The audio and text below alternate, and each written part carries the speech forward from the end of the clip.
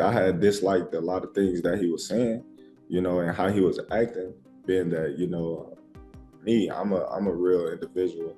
I just felt like, we was all cool at one point in time. And now remember this. Sounds familiar. No. I was older than Canelo is when I beat Canelo. So now, imagine seeing Canelo at 36 and me at 36 and we fight.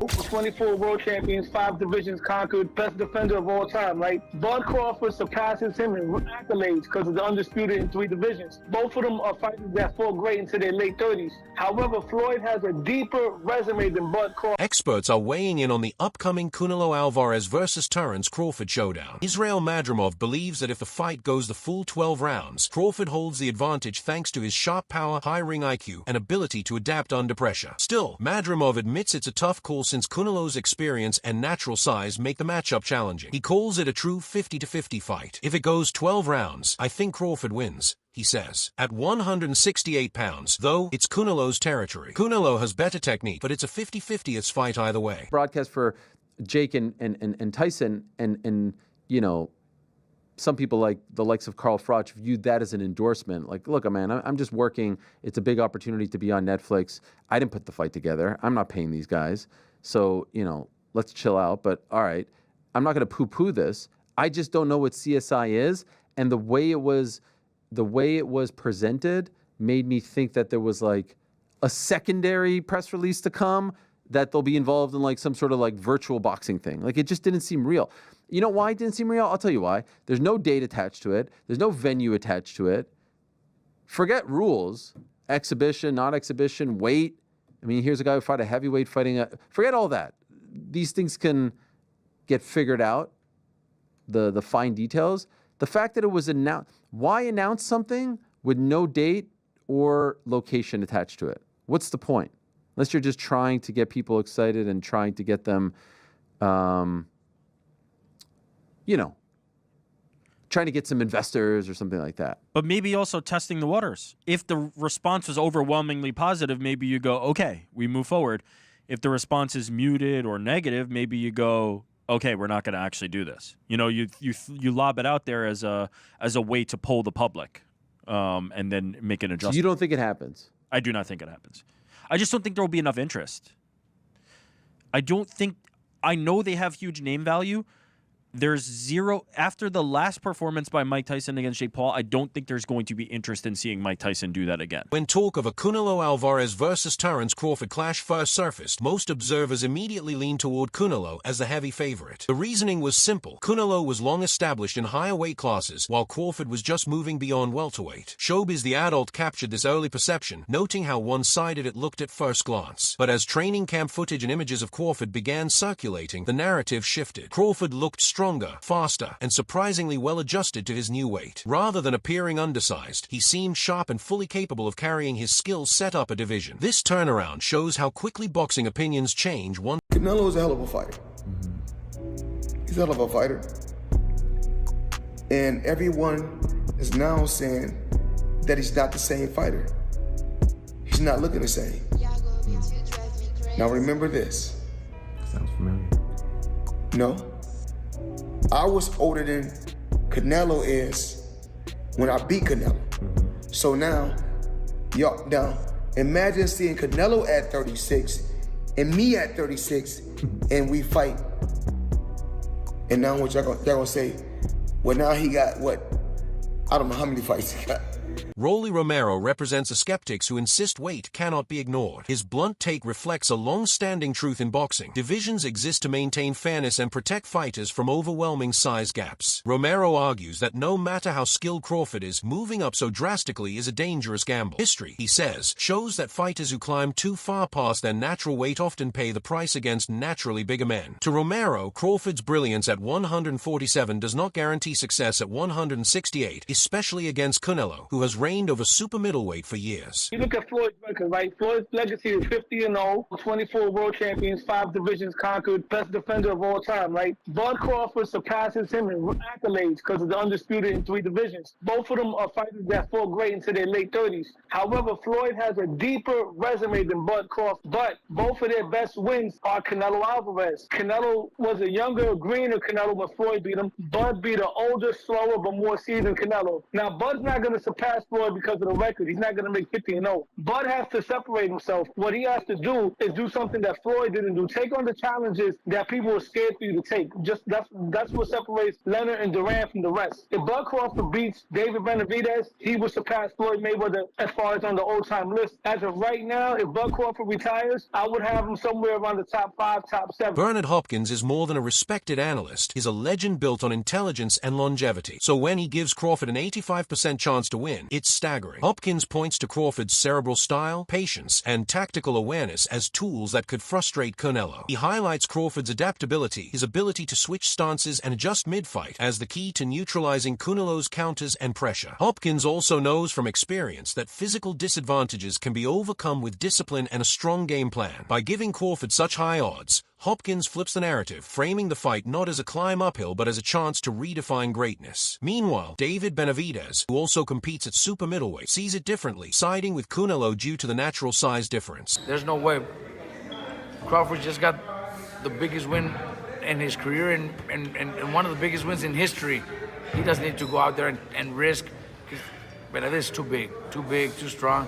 We don't want to see a champion do so much and accomplish so much and then end his career with a bad choice, a bad fight that he shouldn't take. I wouldn't do it. Benavidez stresses that Canelo has built his career at higher weights, accustomed to handling strong, natural 168-pounders. Crawford, by comparison, is stepping into uncharted waters. For Benavidez, the gap between a natural super middleweight and a welterweight moving up multiple classes is simply too wide. He doesn't see it as a knock on Crawford's skill, but rather an acknowledgement of how much comfort and experience matter at the elite level. In his eyes, Canelo's years at these weights provide him a safety net Crawford lacks.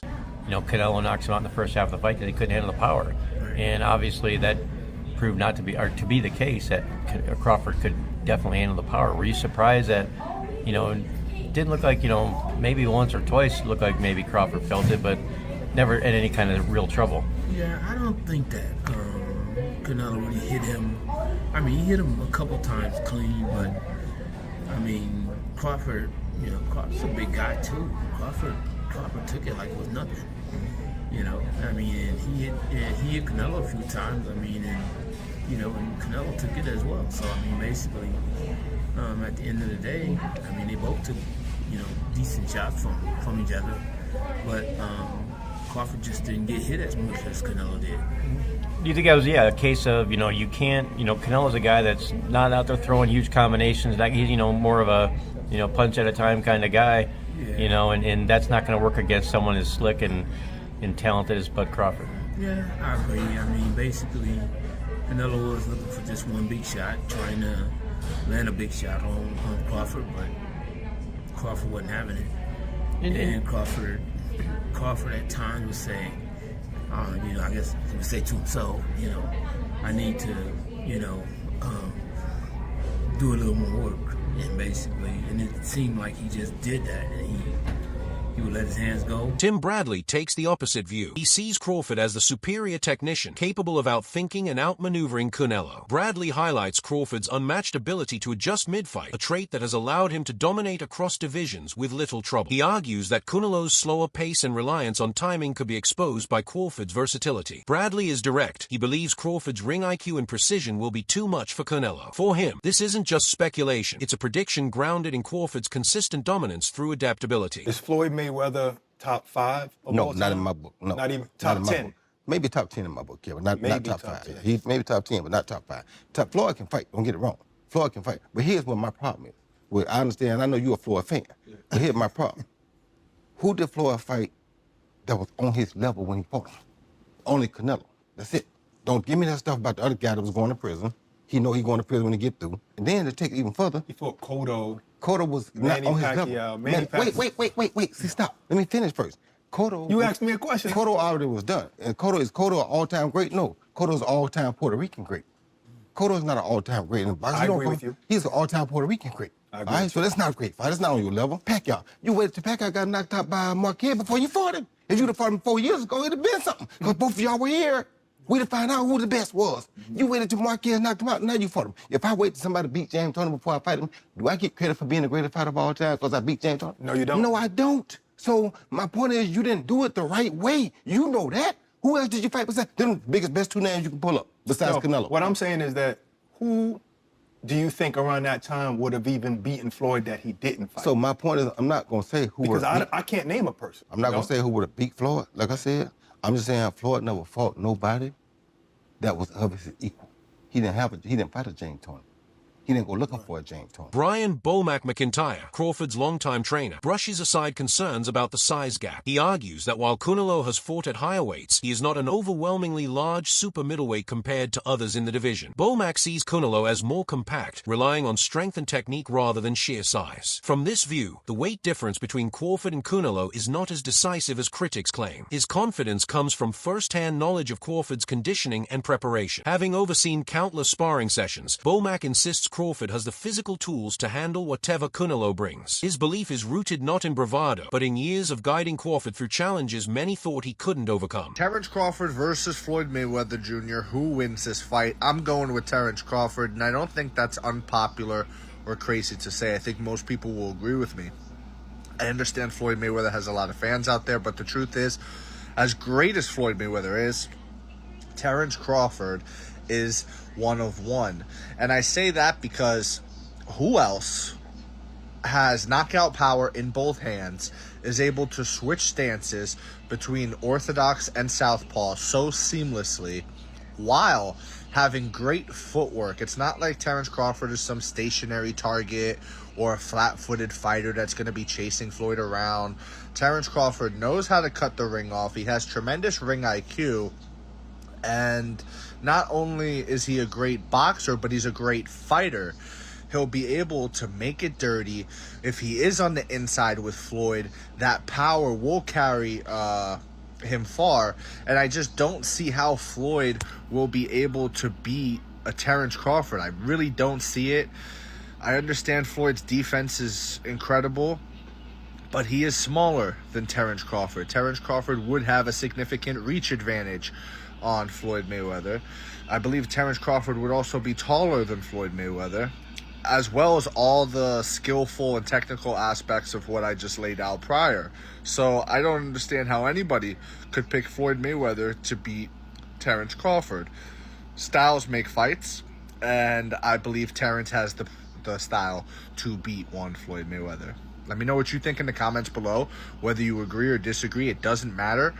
Join the discussion, subscribe for more, and leave a like if you enjoyed the time spent. Thank you. You are all appreciated. Renowned trainer Robert Garcia also sides with Crawford, prioritizing skill over size. Garcia points to countless moments in boxing history where superior technique outweighed physical advantages. To him, Crawford is the kind of fighter who defies conventional wisdom. While Garcia acknowledges size plays a role, he argues that greatness is measured in execution. He praises Crawford's patience, ring control, and timing, qualities he believes will be decisive against Canelo. By backing Crawford, Garcia reinforces the idea that boxing is ultimately a contest of intelligence as much as physical dimensions. Well, also if we remember, Canelo at that time was a razor-thin decision. Floyd won, majority decision.